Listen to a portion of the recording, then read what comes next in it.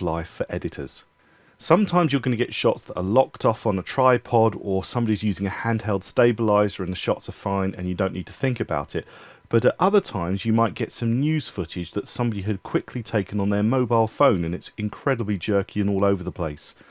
Or somebody has tried to do a handheld shot and it's just not quite right, it's a little bit too bouncy, it's a little bit too jerky, and it needs smoothing out. And there are two types of approach. One is to make the shot look like it is stabilized, in other words locked off on a tripod, and the other one is to try and smooth out the jerky motion that you actually end up with. Now both of these are going to have a cost. When you need to stabilize or smooth out an image, effectively what you're saying is I need to hold part of that frame in the middle so that whatever's in there, the image is going to look like it's staying in one place. And to do that, the frame itself is going to be moved around by the software, which means that you're going to end up with black bars coming and going on the side around the edges of the actual image. Now to get rid of that so that it fits the frame, you actually need to perform some sort of scaling or some sort of cropping and have it as a picture-in-picture. If you do the scaling option, which is the most common option, you're going to smooth out the image somewhat and you're going to lose image detail. So the greater the amount of movement or the greater the amount of stabilization that's required, the greater the scaling that will take place and the resulting smoothing. Okay, so you just need to bear in mind that there is a cost to doing this. Now, there is a very good internal effect inside of Sony Vegas Pro for stabilizing footage, which is great, and there is also a plugin by Boris FX which allows you to have slightly more control. What I would recommend you do is you learn how to use the internal one to Sony Vegas, and if it does what you need it to do, brilliant, go from there, although it does have very limited controls.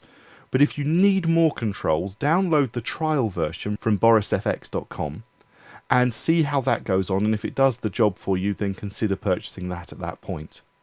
But they do work in slightly different ways, and it's the internal one, it's the Sony Vegas Pro internal stabilized one that doesn't work in quite the normal way that you would expect. Now, when you have a piece of footage, you need to bear in mind that when you apply the stabilize, the internal stabilize effect, it's going to apply it to all of the media, kind of regardless of how long the event is going to be, because it doesn't apply it on an event basis, it applies it on a media basis.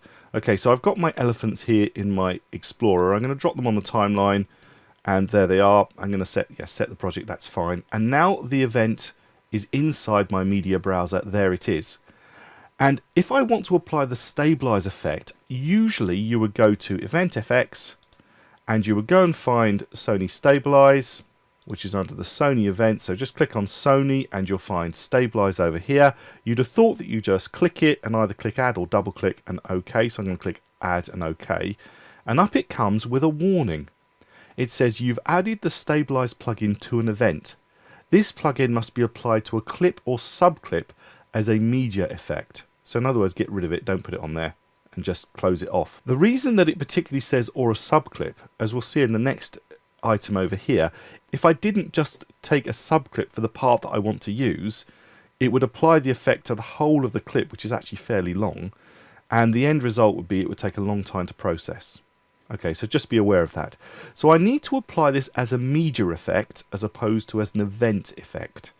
And you do that either up here in your project media panel or actually in the timeline. I'll just show you how to do it. I can select the item here and you notice I've got a button here which allows me to add a media effect, or I could right click and I can go down to media effect, or I can actually do it in the timeline by right clicking on the event and actually going to media effect.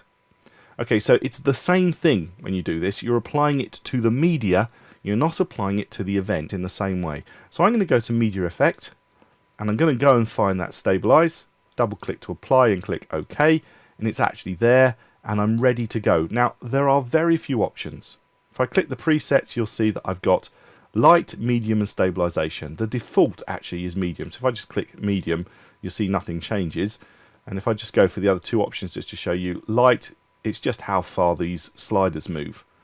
Okay, now you can theoretically move one of them separately to the other. You can say, well, actually, I'm not actually panning at all, so I can turn down pan smoothing, but I want to increase the stabilization. So you can set these out. I've often found, however, that having them pretty balanced gives a better result. Also, it does offer us something called roller shutter correction, which in this particular shot would be worthless. Rolling shutter is a problem with CMOS sensors, which are in most phones. Nearly all phones have a CMOS sensor, and most DSLRs have a CMOS sensor, and quite a lot of the high-end video cameras now use CMOS sensors. And basically what happens is the image is scanned from the top down to the bottom, but if you're moving, that means that the top is scanned at a different time to the bottom, so the images can warp. And this just basically gives you one option: do you want me to try and correct that or not? Now, this wasn't taken on a CMOS, this was taken with a CCD, I believe, so it doesn't have rolling shutter. But if you do have rolling shutter, you can try and correct it here, but actually the best place to go and correct it is over in Hit Film, which I'll show you in the next tutorial. You can click this if it's a problem, and it might make some difference. It's not fantastic, but it does do something. But if you've got a real problem with rolling shutter, which is particularly pertinent, if you've got to use camera phone footage, then that's something you can deal with in Hit Film. So to actually see this working, you need to click apply. But let's firstly actually have a look at this event and see how bad it is. So I'm going to click play, and you can see it's all over the place. All right. Now you can see over here at times, let's just see if I can find something. There's possibly another elephant or something over here as well, just to give you a feel for the scaling of the item. There are actual other bits and pieces at the side. Now I'm going to click analyze, and it's relatively quick because this is 4:3. I think there's NTSC footage. It's old footage, so it's going to get through it fairly quickly. I've got a fairly fast computer here. And when we finish, did you see it pop up? It's scaled. So I'm going to turn off stabilization, turn on stabilization, and you can see it has automatically scaled it to fit, so that we're seeing as much of the image as we can without any of those black bars that I talked about before. And when we play it back, we can get a feel for how it looks. So let's go back and have a little look. And you'll see it's okay. There's a little bit of rotation still in there. There's the odd artifact that comes in. It's not fantastic, but it is okay. Now, notice that I am actually, just holding my control key so I can move this, I am actually at best full. So you can see that it's not looking fantastic, and of course it has softened slightly. And then it becomes a trade-off. Can I turn these down a bit and still get a usable result? Because at the end of the day, you're not going to make this perfect.